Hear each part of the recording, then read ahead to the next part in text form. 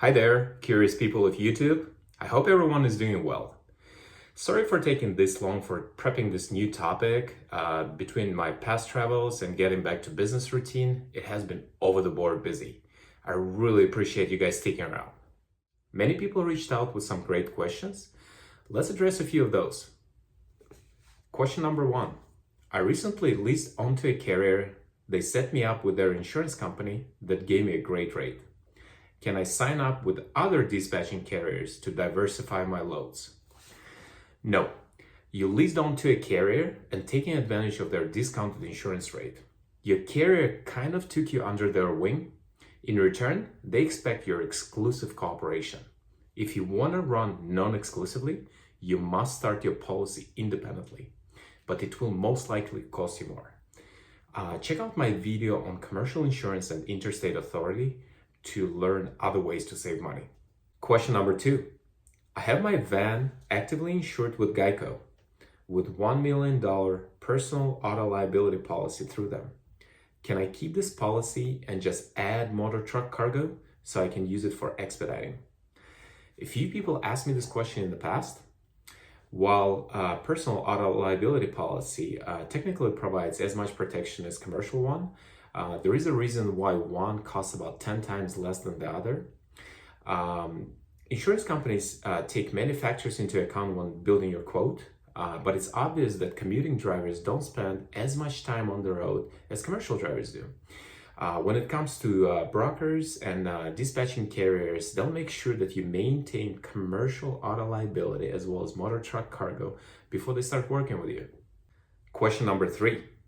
Gareth, I have to disagree with you on sole proprietor versus corporation argument in your last video. What if your customer is suing you for damaging their property or your driver accused of theft while conducting operations with your truck? Or your driver suing you for financial disagreement? Actually happened to me. These are all valid concerns. Let's settle them one by one. To answer your first question, damaged property will be covered by your auto liability policy, so that $1 million auto liability is not just your broker's whim. Picture a guy losing traction and just fly into some high-end retail store.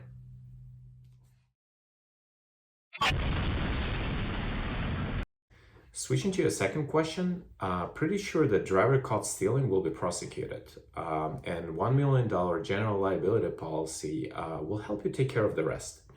I personally would require a criminal background check before hiring any operators.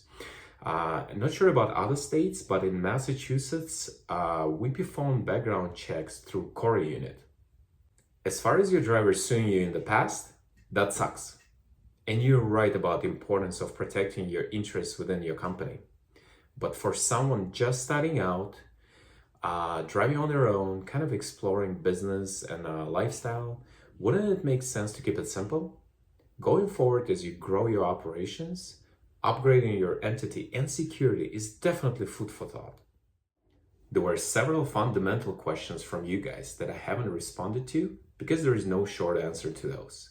If you're new to hauling freight, transitioning from CDL, or maybe you're a veteran expediter currently at a crossroads, this topic will answer many of your questions.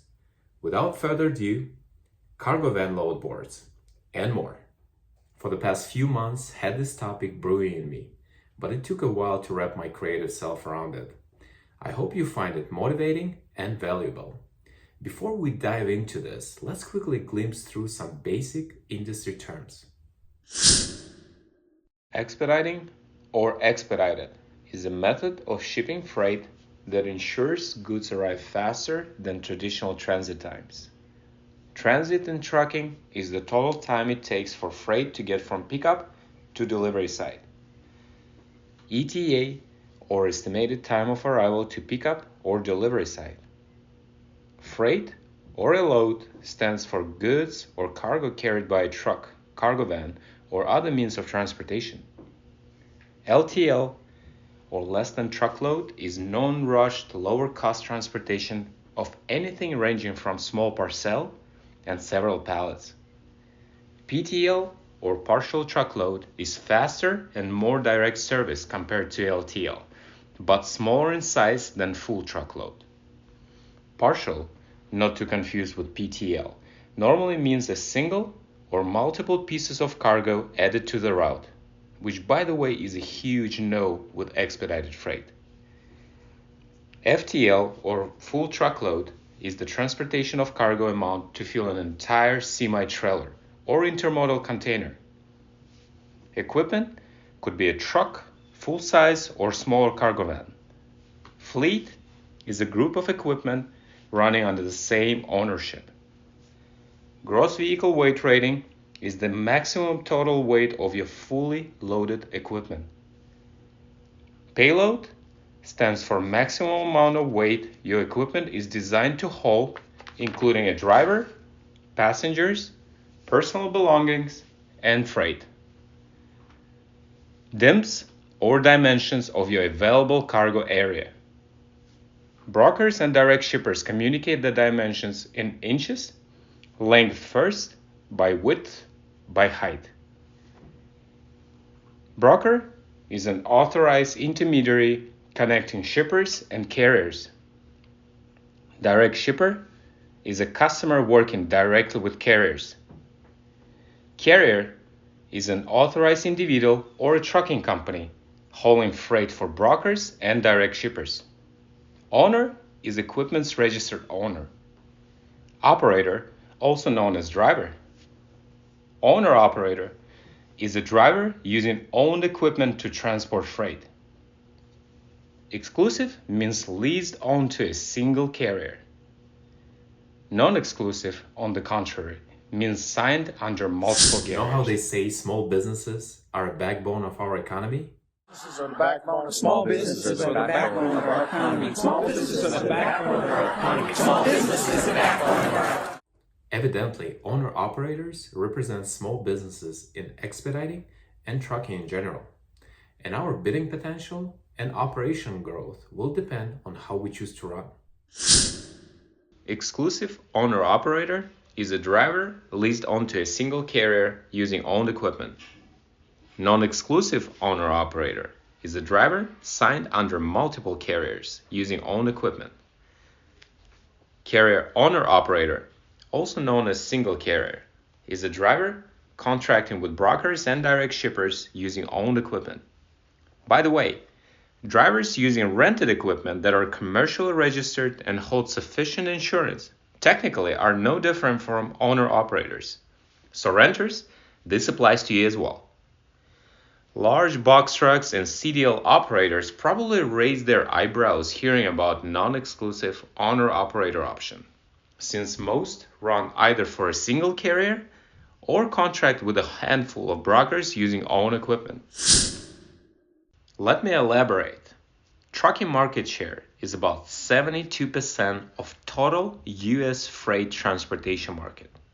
This number includes all CDL and non-CDL operators, and without a single doubt, box trucks over 26,000 pounds and CDL operators are in higher demand. When business as usual, they haul about 95% of all trucking freight. Depending on load's weight and dimensions, portion of LTL loads is often granted to cargo vans and smaller box trucks. Last-minute transfers caused by communication errors or discrepancies, emergencies, and equipment breakdowns force direct shippers and brokers to use expediting operators. This is where equipment under 10,000 pounds wins over large trucking due to cheaper cost and faster transit. We can all agree that expediting implies one-time arrangement. While brokers maintain volume of FTL, PTL, and non-rushed LTL, they simply cannot guarantee consistent flow of expedited LTL for small trucks. Therefore, trucks over 26,000 pounds can stay busy being leased onto a single carrier or contracting with a couple of brokers. In the meantime, cargo van operators, as well as smaller box trucks, need to be connected to every source out there to stay sustainable, which is in expediting world means for owner operators being signed under several dispatching carriers, and for carriers contracting with all brokers. Therefore, expeditors choose to run non-exclusively without maintaining their own authority. First two operation models have something in common. With both of them, you act as a company driver, regardless if you do it exclusively or not. While the third one lets you showcase your own brand. Comparing this is somewhat like comparing franchise to independently owned business. Franchise business represents a trusted brand with a set of rules and expectations to follow. Starting one normally requires additional funds for mandatory training, branding, and royalty, but it is designed to conduct operations from day one. Majority of customers choose larger brands thanks to their reputation and business practices. Establishing independent business, on the other hand, allows owners more freedom, but normally implies more complex path to success. It takes experience, thorough planning, networking, and ongoing risky decisions. This type of businesses earn their customers not only through exceptional products or services, but also through creative marketing. For the past 18 years living in US, I've got to manage a few franchised and independent businesses in retail, software development, marketing, and various kind of transportation. Here's my best advice. If you're in this industry for immediate stable income, franchise option will always get you there faster, but it won't help you showcase your own brand. If you're truly passionate about this venture, have a solid business plan, and intend to stay for a long haul, go independent. Build your empire through thick and thin. No one can do you better than yourself. I've noticed that many operators rush to get their own authority right around the time they get their first van or truck. My recommendation, don't. Start franchised. In expediting, it'll cost you nothing but just a few basic applications. You will almost right away see the full potential of expediting operations. You will learn in and outs and decide if you enjoy the lifestyle, because it is quite unique. In several months, if you still believe you belong, decide if you want to optimize your operations, grow your fleet, or scale it. Optimizing implies understanding business day to day, learning markets and rates, reevaluating your operation rate based on cost of fuel and inflation.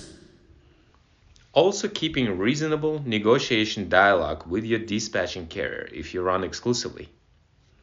Sorry about showing rates in cents instead of dollars. Couldn't make decimals work for the software I'm using. Let me prove that running non-exclusively is more beneficial for operators. For this task, we'll combine these carriers into one graph. Through this 3 weeks long route, you can see 8 business opportunities, starting in Boston, continued in San Francisco, Los Angeles, El Paso, Chicago, Miami, Orlando, Detroit, and finishing back in Boston. At each step of the way, different dispatching carriers either offer their target rate or accept a bid from you. It's obviously beneficial for an operator to run with the yellow carrier to San Francisco, then purple to LA, haul with green to El Paso, Chicago, and Miami. Choose any of those 3 going to Orlando, run with green to Detroit, and yellow carrier back to Boston. It's probably not the best example, but when shopping at your local supermarket, you might get an exceptional deal on bread and milk, fruits and veggies, but you'll most likely overpay for other stuff. So what do? You pick multiple stores featuring best prices on items you normally buy and plan your shopping route accordingly. Same with expediting.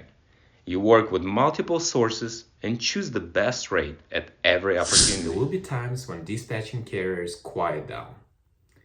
It's not necessarily they don't have freight available.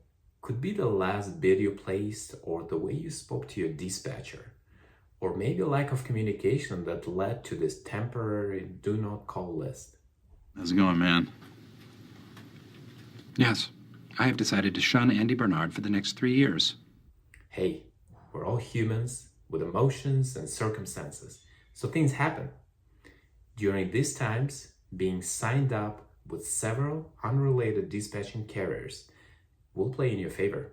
This way, you stay busy while they get over themselves. Last not least, leave yourself sufficient time for social life and R&R. Got 2 tickets to paradise. Pack your bags, we're leaving day after tomorrow. Now, growing fleet includes buying and building out equipment, recruiting and managing potential renters, negotiating discounted rates with vehicle repair shops within your operation radius. Depending on your approach, possibly arranging third-party dispatching carriers to load your equipment. By the way, growing fleet is the best course when building foundation for scaling operations. Scaling suggests obtaining and aging your interstate authority, getting on load boards that are best suited for your equipment, signing up with brokers through successful bids, contracting with factoring company, or better, utilizing brokers' quick pay or 30-day standard payout. Once you get all that ready, you'll soon realize what sets established carriers apart. Want to know why direct shippers and brokers choose established carriers over single carriers? Well, it's recovery options. In other words, a network of drivers managed by that carrier, available not to just grab the freight, but also recover it in case of breakdowns and accidents. Unfortunately, single carriers have no means to take care of the latter, regardless of how reliable and hardworking they are. But if you're aiming really high, here are additional steps to take. Recruit trustworthy operators to run under your MC.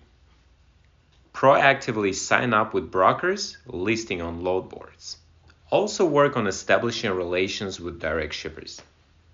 Collaborate with experienced private dispatchers or dispatch teams to match, negotiate, distribute, and track loads. Hire recruiters and HR rep. Assign account specialists for receivables and payables. As you can see, scaling network requires diverse human resource that takes time and experience to build within and around your company. However, if you're trying to put yourself in a position where direct shippers and brokers trust your services and have you connected to their preferred distribution channel, start building your loyal network today. At this point, you're probably curious which load boards are suitable for cargo vans and box trucks with gross vehicle weight rating under 10,000 pounds. Ta-da! You might ask why there is no DAT, truck stop, 123 load board. Well, they're mainly designed for scheduled routes and best suited for larger trucks, not cargo vans. Therefore, not including those in our topic today. Selectus is known for being this largest #1 expediting platform for US and Canadian markets, connecting carriers with freight brokers. They require 1-year-old authority, 5 units of equipment, and charge around $500 a month. Most of their loads require expedited exclusive transit. Next one is My Virtual Fleet. It's a smaller organization compared to Selectus, but offers similar solutions for expediting carriers and brokers. Owner's name is Sam, and he's pretty much involved in every step of the process. He hosts group introduction calls, where he demos his load board with past potentials in your area. He tries to sell you discounted $350 sign-up and $65 monthly membership while on that call. Any authority could be activated on My Virtual Fleet within minutes. Most of their loads also require expedited exclusive transit. I had an experience dispatching 5 units using Selectus for about a year and 1 unit using My Virtual Fleet for about 6 months. Here are the results of my extensive test drive.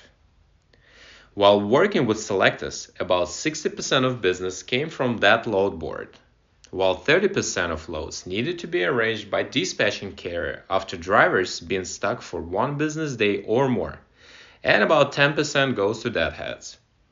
When test driving my virtual fleet, it only generated about 30% of business, while 60% of loads had to be arranged by dispatching carrier after driver been stuck for one business day or more, and 10% went to deadheads. Cancellation with my virtual fleet could also be tricky. After properly advance canceling your subscription, you might want to contact your bank and stop their further charges. Well, that's what I had Both to do. Selectus and my virtual fleet are designed around old-fashioned email bids. They do allow website bids on certain loads, but traditionally, brokers prefer emails. Throwing this template on screen so you can reference when bidding, it should include location and terms, equipment details, your contact info, and authority. It won't hurt to mention other relevant info to close that deal. Start by locating that email listing you're trying to bid on. Respond to that email as soon as possible. Make sure load info stays in the body. Expediting Marketplace is super dynamic. Certain bids could become irrelevant in less than a minute. If broker is interested, they will check on their end whether you're already signed up with them first. And it normally helps if you are, considering additional steps they would need to take to onboard you just for that single load. Depending on time of the day, their HR rep might not even be available to sign you up. If your bid looks appealing to a broker, let's say your ETA is better or maybe your bid is reasonably lower, they might give you this opportunity. In short, if a broker responded to you, you're being seriously considered. Going forward, make sure to timely respond to brokers' emails. It's the best way to showcase your professional ethics. Now that Selectus and my virtual fleet are out of the way, let's briefly talk UShip. It's a load board designed for carriers to network with direct shippers. It does not require you to maintain your own authority from day one, but if you do have one, it allows access to full residential moves as well as office moves, exclusive loads, and industrial loads. You can even transport pets if you qualify. That's how diverse this load board is. There is no subscription involved. UShip collects their fees from both carriers and shippers on every successful load. They withhold about 15% from carriers depending on carriers' cancellation history, transit distance, as well as nature of freight. Most of their loads can be transported as partials, although you will come across with some expedited freight as well. I personally think it's a great platform with all essential tools for carriers to find, negotiate, and bid on loads. Also, provide tracking to your customers and getting paid at the end. They feature 5-star rating between shippers and carriers, which actually helps to close deals. UShip's major con is their shipping estimate designed for customers. It quotes significantly lower than market standards and misleads customers at the very start of negotiation process. Other than that, it's a no-brainer to have for shipment consolidation, building routes, and also getting out of slow markets. Want a word of advice? While you're scaling your operations and aging your authority, continue running with dispatching carriers. They will keep you busy while you work on your own thing. Set your goal, research, and plan your moves. Stay humble and trust the process. I'm truly grateful you watched today's topic till the end and hope you find it resourceful. Make sure your friends see it too. Hit like and subscribe. Don't forget to press that little bell icon so we stay in touch. Comment below if you have any questions for me. See you next time.